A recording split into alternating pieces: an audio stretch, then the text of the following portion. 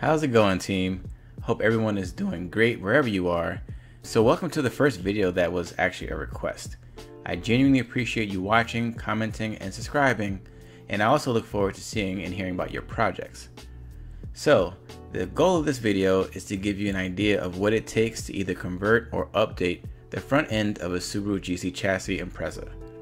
Now if you want to update your 93 to look like a 2000, or you want to make your 2000 look like a 96 WRC car, that's up to you. I will share the parts and or part numbers I use to update my 95 L to look like a 98 RS. Now keep in mind that there are many variations of the GC in terms of styling and function.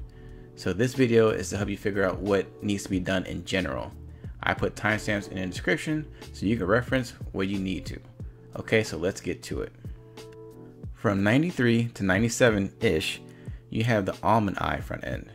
Now if you look at the headlights, the inner upper angle is a smooth slope when compared to a 98 plus or mean eye headlight, where the angle is sharper, which gives it a more aggressive look. Now with the headlights, the hood and the front grille were changed to accommodate the new styling cues. The good thing is that the corner housings remain the same, so you can keep them and your fenders. Now the bumpers don't have to be changed because of the headlights, but if you have an Impreza L and you want an RS or STI style bumper cover, you will have to change more than just the cover itself. These updates in general are called facelifts. Many manufacturers do this to update and refresh their current production models. Facelifts do not only occur on the front or outside of the car, but for the sake of staying on topic, the front will be our focus. To convert your headlights, you will need the headlights you want, and the grille and the hood for that style of headlight. The connectors and hardware are the same, so they're just plug and play. Now to convert an L bumper to an RS, you will need an RS bumper support and RS turn signals. I believe you can use an RS bumper support for JDM style bumpers, but the turn signals are different. RS signals are short and triangular, and JDM signals are longer and curved. The mounting hardware should be the same for the bumper support and cover. Now you may need to convert your bulb carriers depending on the turn signal style you choose and what you have, which means you would have to splice the bulb carrier with a connector that matches the harness that's in your car, or hardwire the carrier right into your wiring harness. To remove the headlights, you're going to have to remove the grille. Do this by lightly pressing on the locking tabs with a screwdriver or a similar tool. Then you're going to lightly pull the top of the grille away from the front of the vehicle. Those parts are plastic, so don't try to push down too hard. Once the two tabs are released, you're just going to lift up on the grille and it should pop right out. Now keep an eye out for these pieces right here because they can be missing or fall out, and they are important for keeping the grille steady. Then you're going to remove the corner housings. There is one screw for each housing. You're going to remove the screws, then you're going to lightly tap on the housing with the palm of your hand toward the front of the vehicle. They are held in by a pop lock fitting, so they need to be jolted out.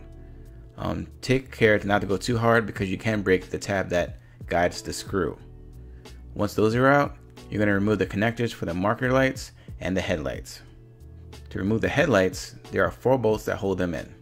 Remove them, and now you can replace the assemblies with whatever style you choose. The new grills do not come with a Subaru emblem, so this is the part number that I chose. If you are replacing the bumper, do not assemble the headlights. Remove the exposed bolts or plastic rivets from the top of the bumper cover. Then you're going to remove the turn signal housings, the bulb carrier, and any other electronics you may have on your bumper, such as fog lights. Now you may need to lift the front of the vehicle to access the bolts that hold the bumper cover to the body. I think it's easier if you remove the wheels and the wheel well covers, just so you can access and see everything pretty easily. Now there are different bolt locations depending on the bumper you have. So take your time and try to locate as many as you can. Before attempting to remove these bolts, I strongly suggest spraying them with a rust penetrant and let them soak for a couple of minutes. Now I like to remove the center bolts first and then the corner bolts last. It will stop the bumper from hanging while you're taking out the rest of the bolts. Now once the bolts are out, you're going to lightly pull the corners of the bumper away from the side of the car. Then you're going to pull the bumper forward. At that point, the bumper cover should slide off pretty easily. Now if the bumper cover is fighting to the point where it's deforming, there's probably a bolt somewhere that you missed. So to remove the bumper support or crash bar, you're going to locate and remove the 4 bolts holding them in the frame. They do have hooks on them to position the bar, so once the bolts are out, you can lift and then you should be able to slide the bar right out. So to remove the hood, I strongly suggest having at least one person helping you. 3 people in total would be the best way to do it. Now, have I done it myself? Yes, but it's not fun and you can damage something. Remove the hose connection for the washer nozzles. If you don't, it will pull when you think you're clear, and that will not be a good situation. So with the hood propped or held open, you're going to loosen all 4 bolts that hold the hood to the hinge. Then you're going to get in position where you can support the hood and remove the bolts by hand. Now don't put the hood down on the pointed ends because they can bend or break, and you may have to transfer some trim and hardware from the original hood, so don't get rid of it until you are sure you're done with it. And at this point, you have removed everything you need for the conversion.